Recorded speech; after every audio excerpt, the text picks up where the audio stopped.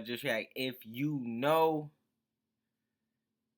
you know, man. But anyways, today I'm be reacting to hacker interview Deric.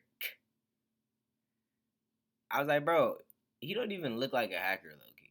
Like, I forgot what I said he looked like because I was supposed to react to this like a week or two ago, but you know, I had to take care of my girl. But bro. He looked like a retired. That's what I said. He looked like a retired MMA fighter. Like, but it's crazy though because it's like you wouldn't think you would think that he would like look like the 13 cameras guy. You know what I'm saying? If you ain't never seen 13 cameras, it's on Netflix, I think, if it's still on there. You know that's what you would think. But like, you see a guy with like this walking randomly in public, you ain't gonna just be like, oh, he's a hacker. But I'm like, this is beautiful, man. I'm trying to see they be on, bro. Cause this is ridiculous. Like if you gotta hack something, like you think you get points for hacking? Like, bro, you're a loser. But like, share, comment, subscribe. Hate it if you hate it. Like it if you like it, man. I don't even want to know what this shirt say. Sub up, man. Sub up, man. But without further ado, let's get to it, man. I already see the BS coming, man. Let's see. All right, Deric. Yes. Deric, where'd you grow up? Where are you from originally? I was born in Des Moines, Iowa. I lived in Illinois, in the Peoria area and southern Chicago type metropolitan area until I was 13, and I moved to North Carolina after that. So I grew up in Winston-Salem, North Carolina, and then I moved to Kentucky in 2006. I'm putting this toaster strudels. Rough. Very rough. I can't even say it. You had mom and dad? Huh? You had mom and dad? Yeah, well, I mean, I had mom and dad, but I didn't have mom and dad. You know what I mean? No, I don't. My mom, I love her to death. She is 100% turned her life around, but like, you know, lots of bikers, you know what I mean? Lots of parties and things like that. Lots of violence. She, it's hard for me. She, got beat a lot. And there was this dude named Steve, and like I left that. Come on, man. Fuck. I gotta be my damn dad government name, man. Damn. Could have been anybody goddamn name, and it just had to be Steve. Fuck. What a terrible guy. But not my dad though. He's a good guy. The house while I lived with her, and Steve beat her ass like a couple times, and they came down to where I was staying at the neighbor's house. Justin is his name, and they're like, Steve's beating your mom again, and I just thought it was any other sort of beating, obviously, which you is ain't, not excusable. Hold on, no. So I went up. No. Oh, okay. I'm gonna let him finish his sentence. I was about to say something. There. I'm a card-carrying gang member. I fly for my FBI file. I'm a Folk Nation gangster disciple. And, Whoa! Wait!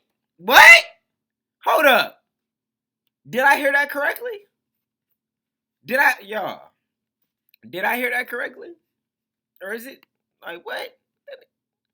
He did not just say what I think he said. There's no way. No, he didn't just say that. Justin is his name. And they're like, Steve's beating your mom again.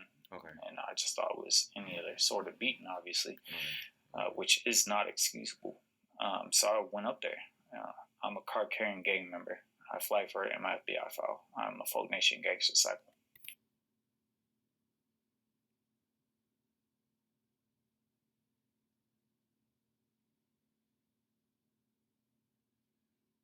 That's gonna be my thumbnail.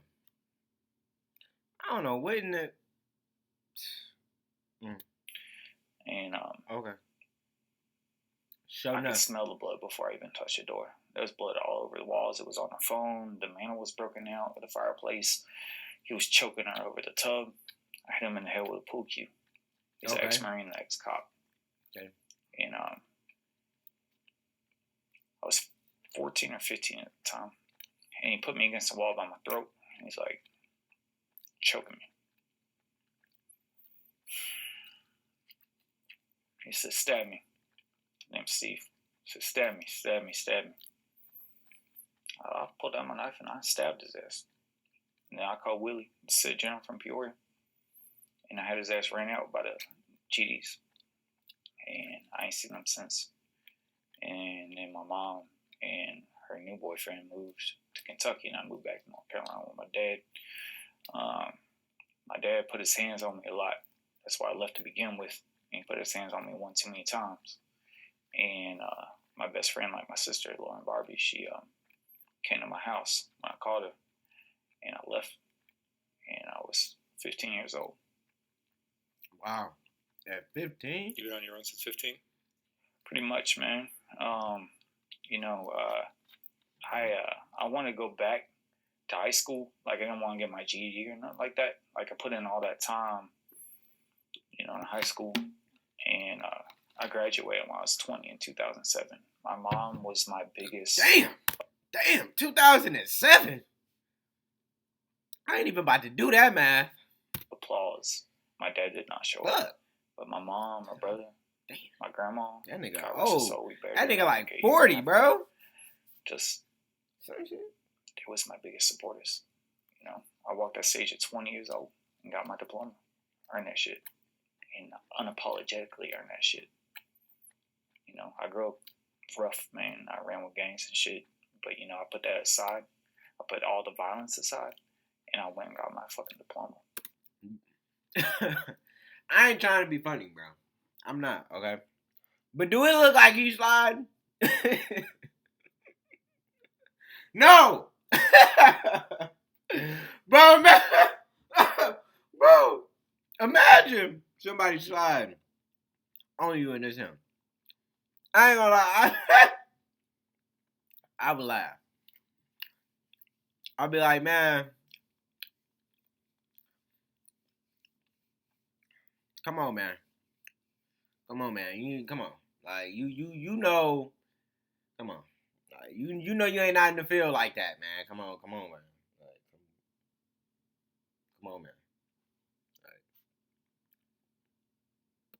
because I want to break generational curses and make sure that my daughter, who is 7 now, has something to look forward to.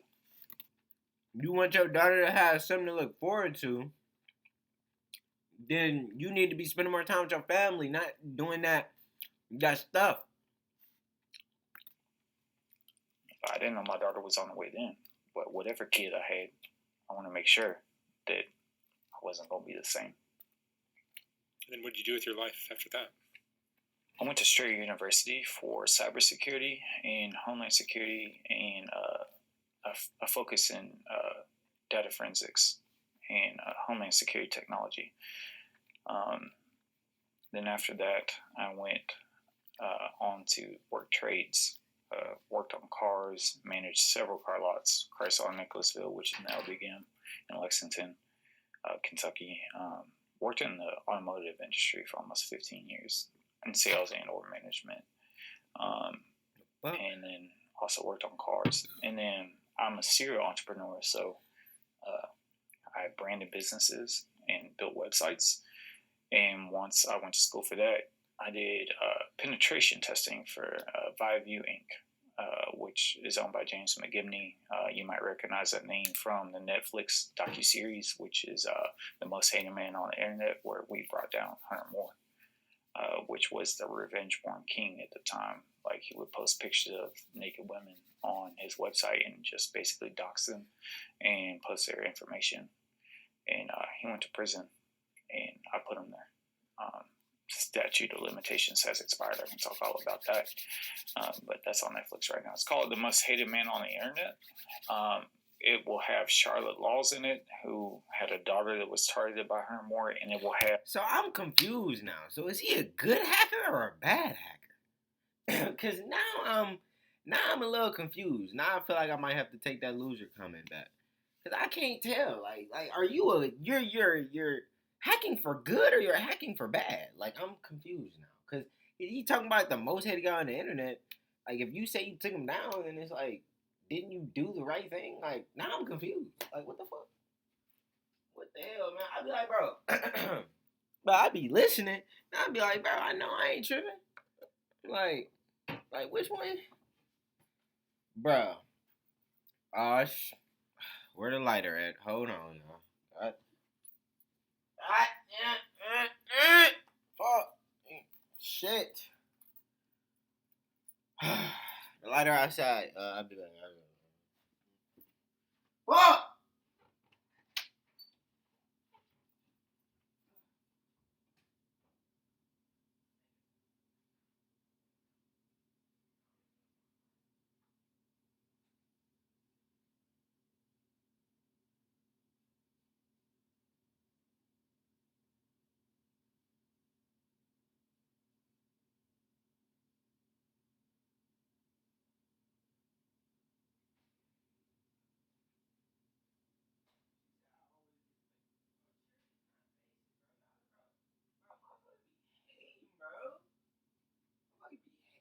Bro.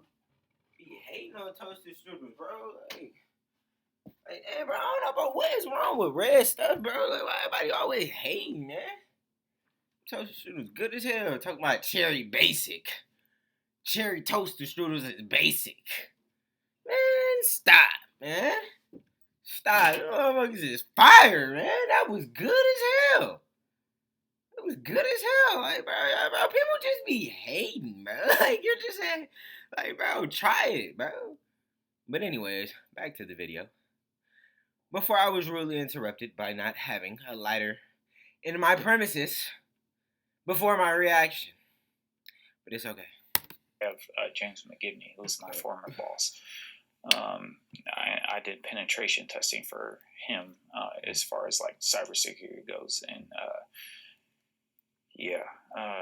he runs an anti-bullying website called Bullyville. And Hunter Moore, he would take these women that he would meet on Craigslist and this, that, the other, and he would post their personal information, their addresses, right, on his website.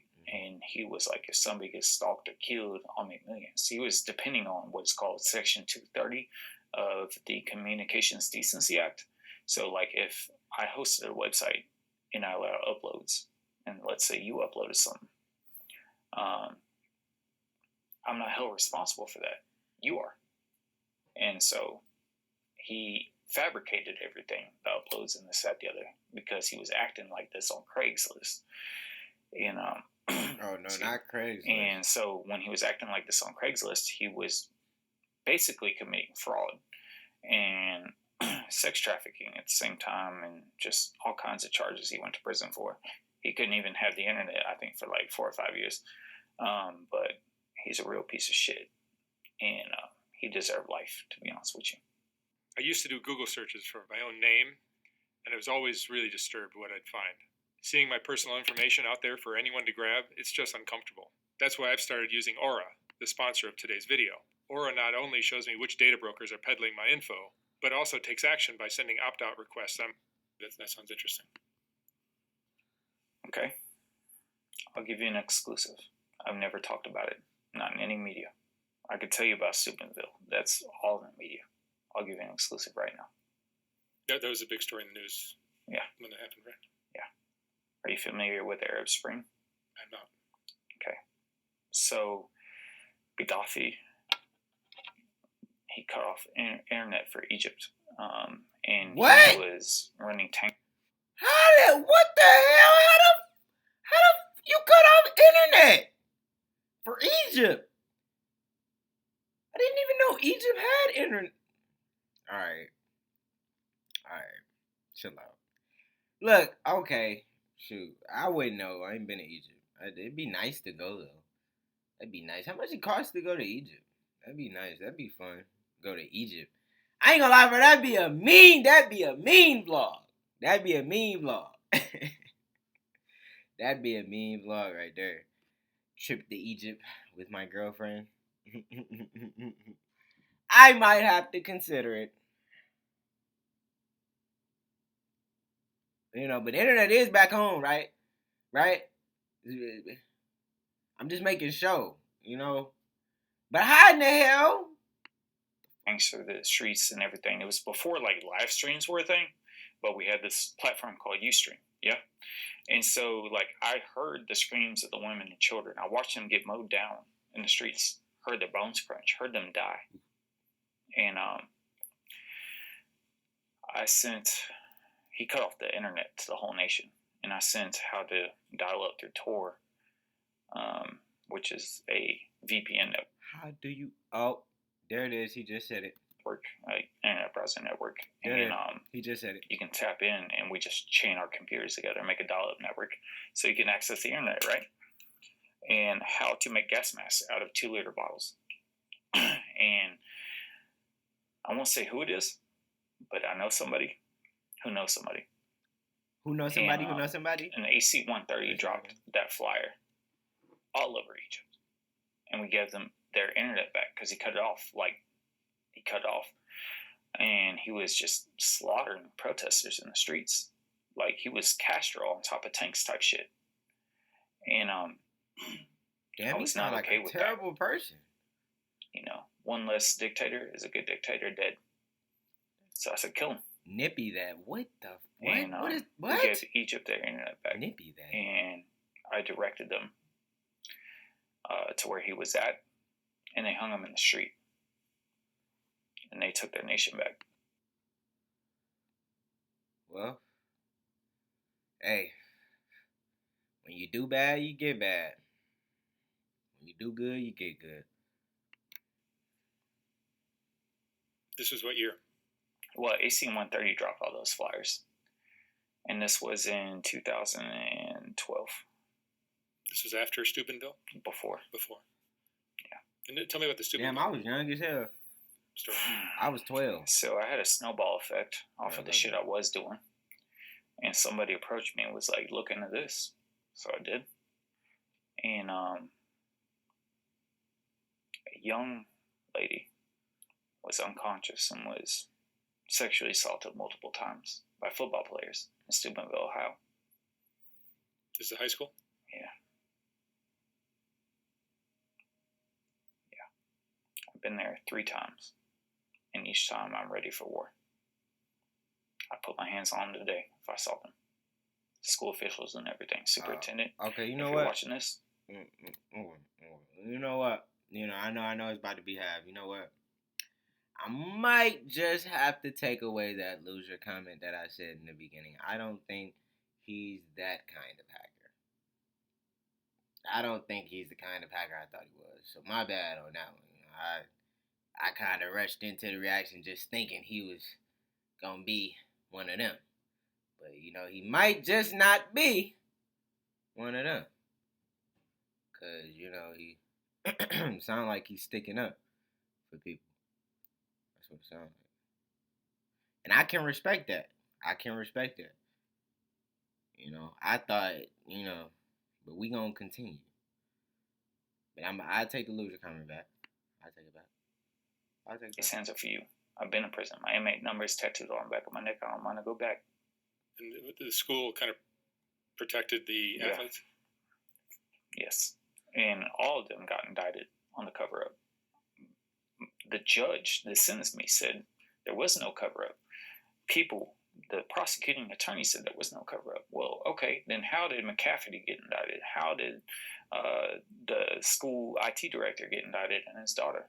How did the coach get indicted for providing alcohol to the minors at the parties? And how did they all go to jail or resign?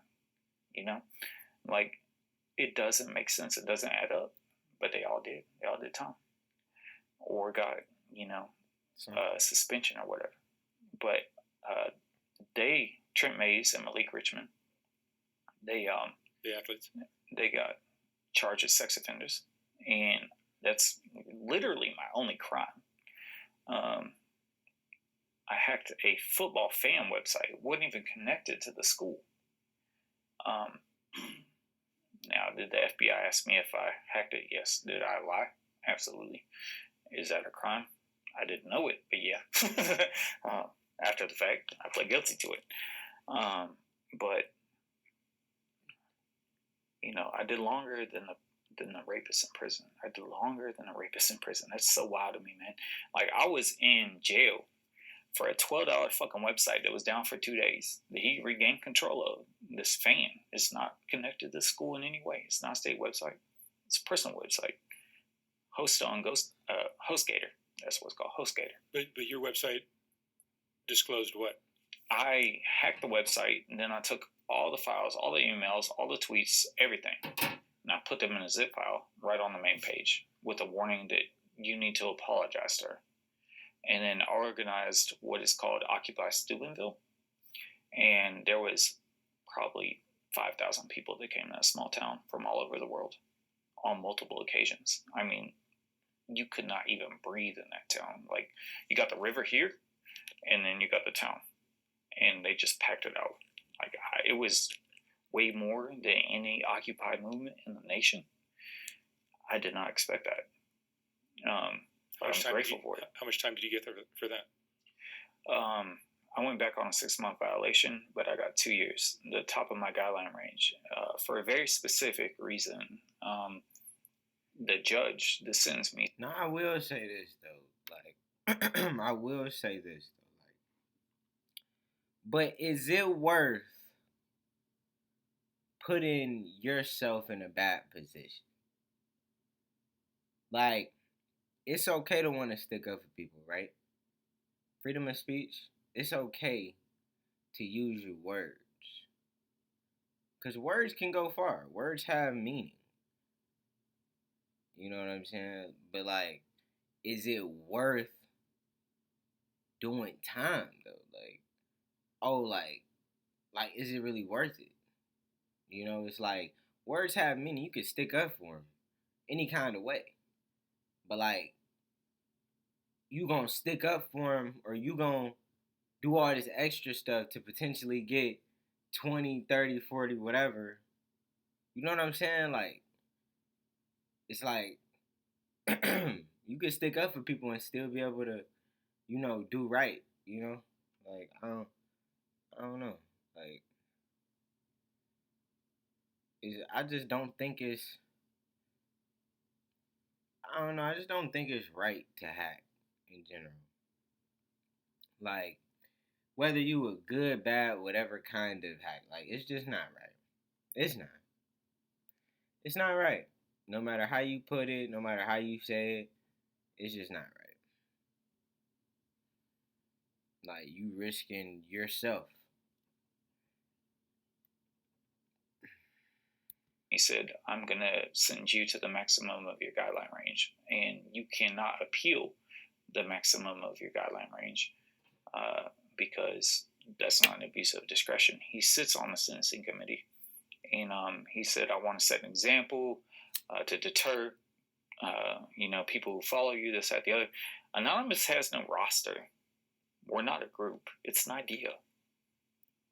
I was just one of the most well-known ones. So I got the book thrown at me. And explain who Anonymous is, so that ain't that the question? so the viewers that don't know could understand. And YouTube, he said grapish. A little bit. Ain't that the question? Anonymous is your mom, your dad, your janitor, your trash person, your babysitter, your daycare provider. It's the girl down the street to the 15-year-old boy called Cosmo, the guy from fucking Australia, when we had Westboro Baptist Church. It's everybody and nobody at the same time. What? There is no pinning down Anonymous. Like, I got the tattoo right here. Like, you can do what you want. You can sentence anybody to as long as you want. And my message to every sentencing judge, nobody gives a fuck. Nobody. Nobody put money on my books. Nobody cares. The idea lives on. Transparency. Government accountability. Nobody gives a shit. that I went to prison. I don't give a shit that I went to prison. If I did it for the greater good, I want to hack the system. I'm in school to be an attorney. Okay? The best way to hack the system is to get inside of it. But that's the whole thing about it. Once you're inside the system, you can't escape the system, bro.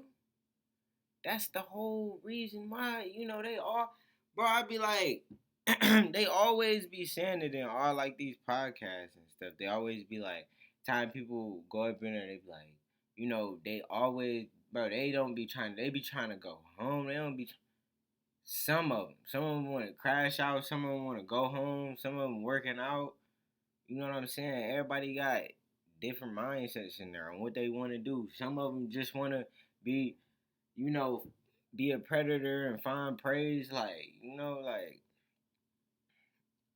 bro, that stuff, like, you don't want to be like you don't want to be in the system because you can't escape it. You can't escape it once you're in there. You can't, like, you can't. So it's like, and that's what I mean, like, and that's what I mean. I think about that. It's like that's one thing I done learned, like, at 23, like. Sean Hopwood, bank robber, shoveled shit, got tired of shoveling shit, robbed a bank. So you're what they would call a white hat hacker. Something like that, justice ops. When he robbed that bank, he got out after his time and worked at a mom and pop law shop. And they discovered his memory was much like mine, which is photographic. And they gave him a paralegal job. Now he teaches law at Georgetown University, which is an Ivy League university, as a bank robber, convicted felon, and as an appellate lawyer. Right? Y'all fucked up. You didn't expect us at all. And what have you done since then? You did your time. Yeah. I worked in a law office for 6 years with the ankle bracelet on and everything, man. The reentry center could not believe it. They had to, like, show up. They're like, everybody just works at the factories. Do I look like I'm built for factory work? No. So I said, what else do you got around here? We got banks and we got law offices. Well, that's kind of my prison side hustle. I've won multiple appeals for people. So I went in with my little handwritten list I brought from prison, and I put it on the counter. They hired me on the spot, would not let me leave. And so I work there, and I help people for a living. That's what I do. I help people. And I've not lost a case in 6 years. Not one. Not one case. I worked for Stella House Attorney at Law in Manchester, Kentucky for 6 years. And now I own my own business as a paralegal agency with attorneys on staff. And we just freelance all over the United States. I've never lost a case. Not one time. I don't put my name on anything that I know is not set in stone. But you're not an actual lawyer yet. Not yet. I got 2 more years. You're a vigilante. Something like that. Fast forward. Yeah. Visualizing. I don't care about this down the street that she might encounter. So, my vigilantism, if you will, lives on in that. Just making it a good place, one case at a time, so to speak. I've helped hundreds, if not thousands, of kids get out of situations by the pleadings I've typed. I've helped people get out of drug charges and get into rehab and change their lives, and then send them on to my credit repair company and then make them buy a house and change their lives. But if you want to continue to do all that, like, then why? I just don't understand it, bro. I don't get it. I don't get it. All I'm gonna say is don't be a hacker. There's so many ways to get money out here. So many things you can be. Be what you want to be, but don't be no hacker. But if you stayed to the end, I appreciate you. If you didn't, maybe next time. I'm out, man. I done heard enough of this.